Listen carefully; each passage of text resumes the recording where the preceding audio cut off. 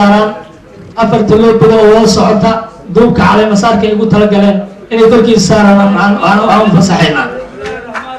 ما شاء الله ما شاء الله ما شاء الله ما شاء الله ما شاء الله ما شاء الله سلمان حسن سلمان رايا او تلي سلام علي الله كانوا سمتر عاقنا وقسو قدبين أتنا وحاول قصاري أفر تلوب الله سعطا قصارتي سلمان لبياتي الله كوخا الله كوخا ملكي أتنا وحاول قصو دوينينا إلى بيرها الشيخالات صادين تبيرها الشيخالات يقوم تفريا oo ka wakiila salaadiinta Soomaaliyeed ka wakiila inay mar kale ay caleemo saartaan oo ayana culummada ay u haystaan ay saartaan oo Soomaaliya oo u saaray ay mataalayaan tiisi Soomaaliya waa ku horeysay haddana way mataalinaysaa ayaa ku saaraya magaca beelaha sheekada oo ku saaraya anoo dalkeeda ka qabanaya beelaha sheekada ugu dhan waxaan leenahay waa ku caleemo saarteen. bismillaahir rahmaanir rahiim. assalaamu calaykum waraxmatullaahi wabarakaatuh. daawadayaal kulanti wacan ku soo dhawaada barnaamij gaar ah oo daawadayaal aan idinku soo gudbinayno booqashadii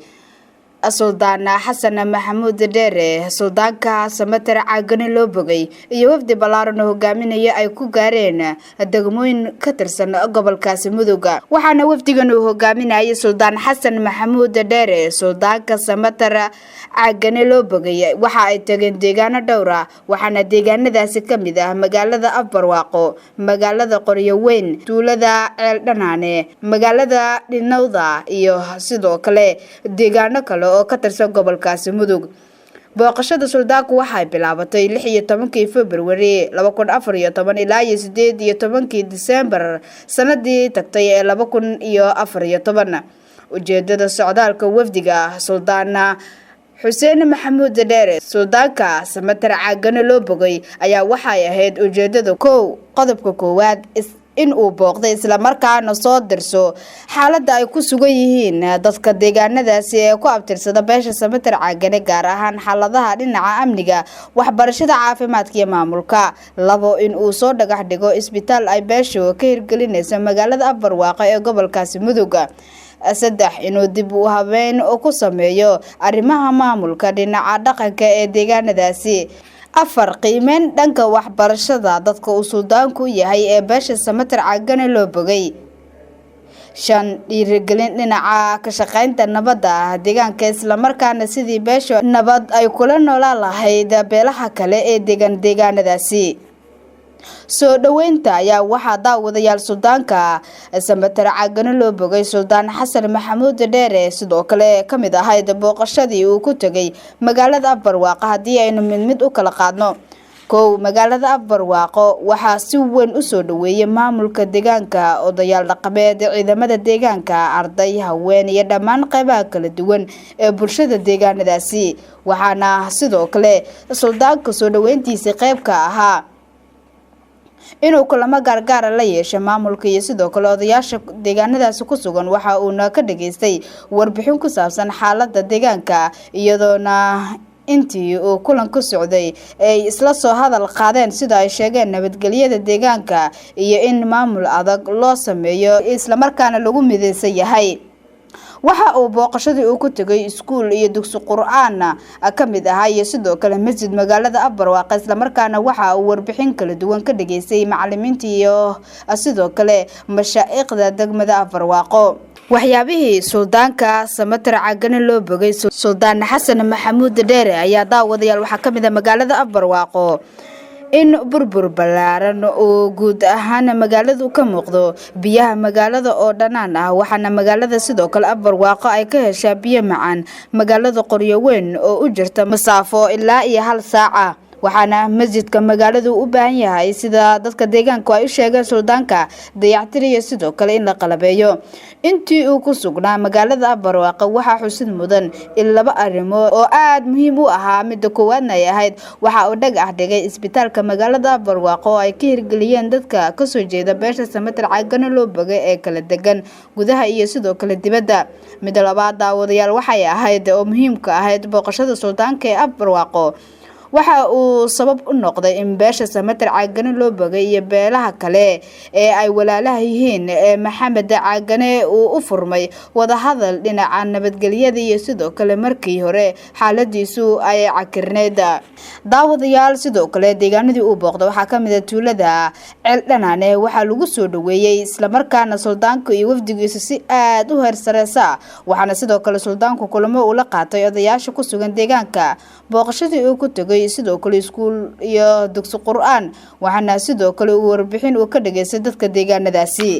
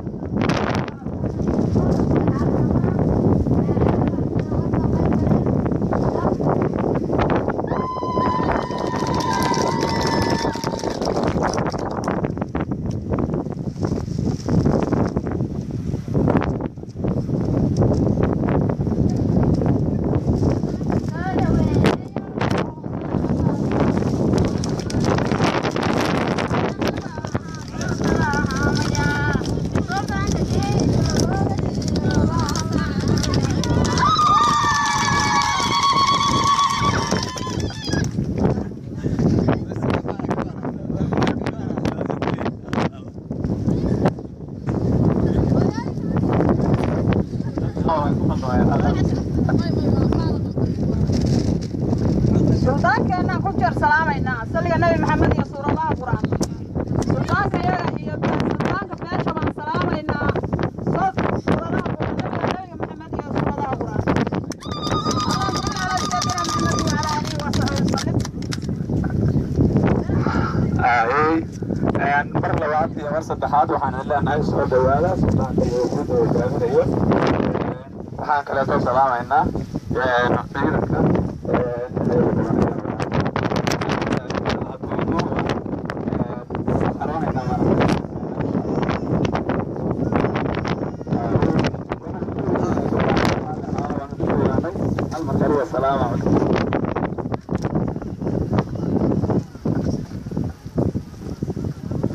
بسم الله الرحمن الرحيم الحمد لله رب العالمين والصلاة والسلام على أشرف المرسلين سيدنا ونبينا محمد وعلى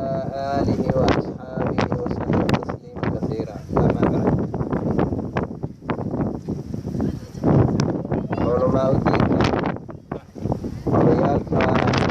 وميش جوغا دليرada ardayda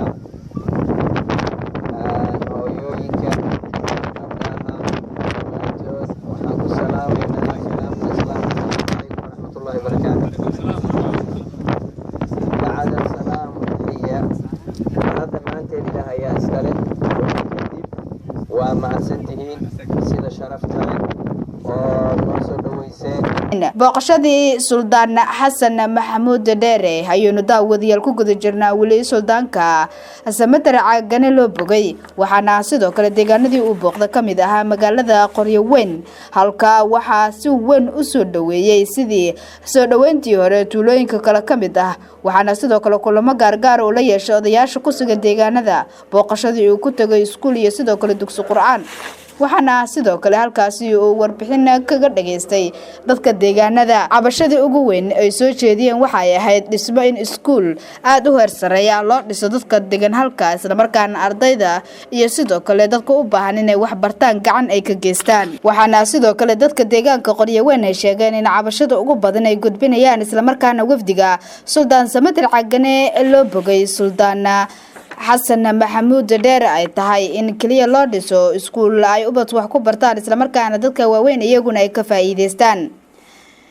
deegaanka Dhinowda waxa si weyn loogu soo dhaweeyo oo hagaagsan suldaanka iyo sidoo kale wafdigu hogaaminayay kulamo ayuu la yeeshay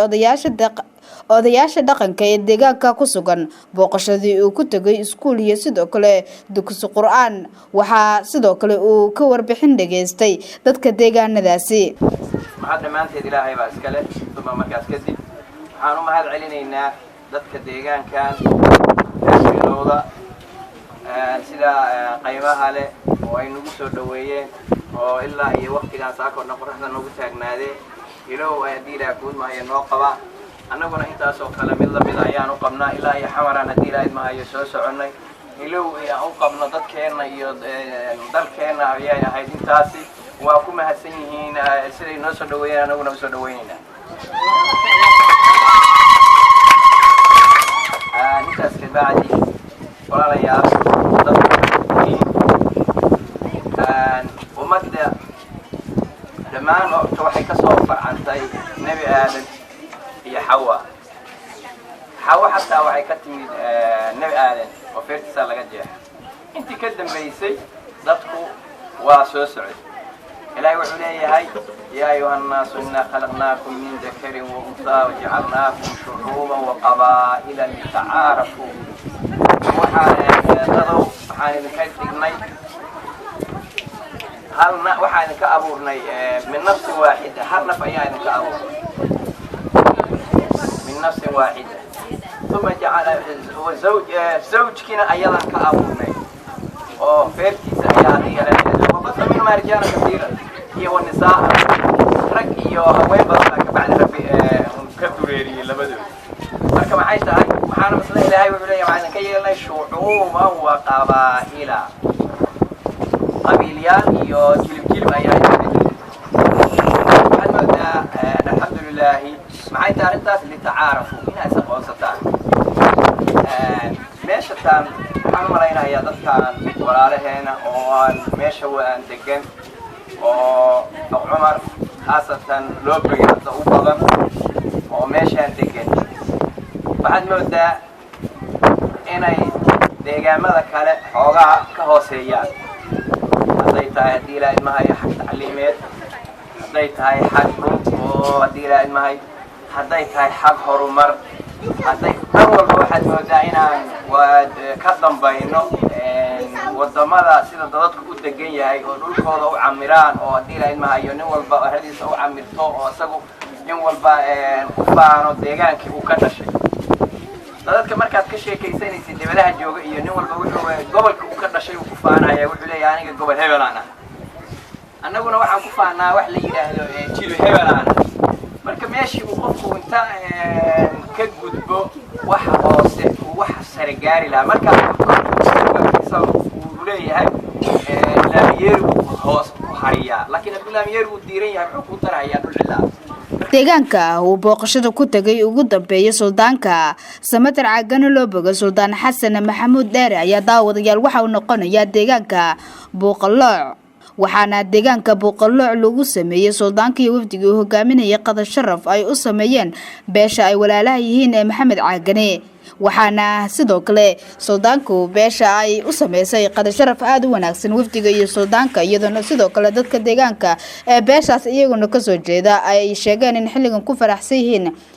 saasaanta nabadeed ee u bilaabatay labadan beelood ee walaalaha ah waxaana sidoo kale daawadayaal booqashada suldaanku ay imaanaysaa xilli dadka deegaanku ay sheegeen in xilligan loo baahan yahay booqashadiisuna ay tahay mid xilli wanaagsan ku haboonaatay isla markaana ay kaga mahadcelinayaan dadka iyagu ka dambeeyay qabaqaabada iyo sidoo kale suldaankan uu soo gaaray deegaanadaasi waxaana suldaanka Samatar Caagani loo boga Suldaan Xasan Maxamuud Dheere iyo wafdigiisu ay sheegeen in iyaguna imaashiyaha iyo sidoo kale qada sharafka gabagabada ahaa ee u sameeyeen beesha ay walaalaha yihiin Maxamed Caagani ay tahay mid ay aad ugu farxeen daawadayaal inta aynu ku soo gabagabeynayna barnaamijkii gaarka ah ee nagu talagalna booqashadii suldaanka Samatar Caagani loo bogay Suldaan Xasan Maxamuud Dheere iyo wafdigii ballaarnaa hogaaminayay ay degmooyin ka tirsan gobolkaasi Mudug ay booqashada ku gaareen degmooyinkaas oo kala ah magaalada Afbarwaaqo magaalada Qoryoweyn tuulada Ceeldhanaane magaalada Dhinawda waxaana sidoo kale daawadayaal barnaamijka aad ku daawateen ujeedooyinka iyo sidoo kale dadka deegaanadaas waxyaabihii uu kala soo kulmay guud ahaan barnaamijkii inta aynu ku soo gabagabeynayna gaarka ah ee booqashada suldaanka Samatar Caagani loo bogay Suldaan Xasan Maxamuud Dheere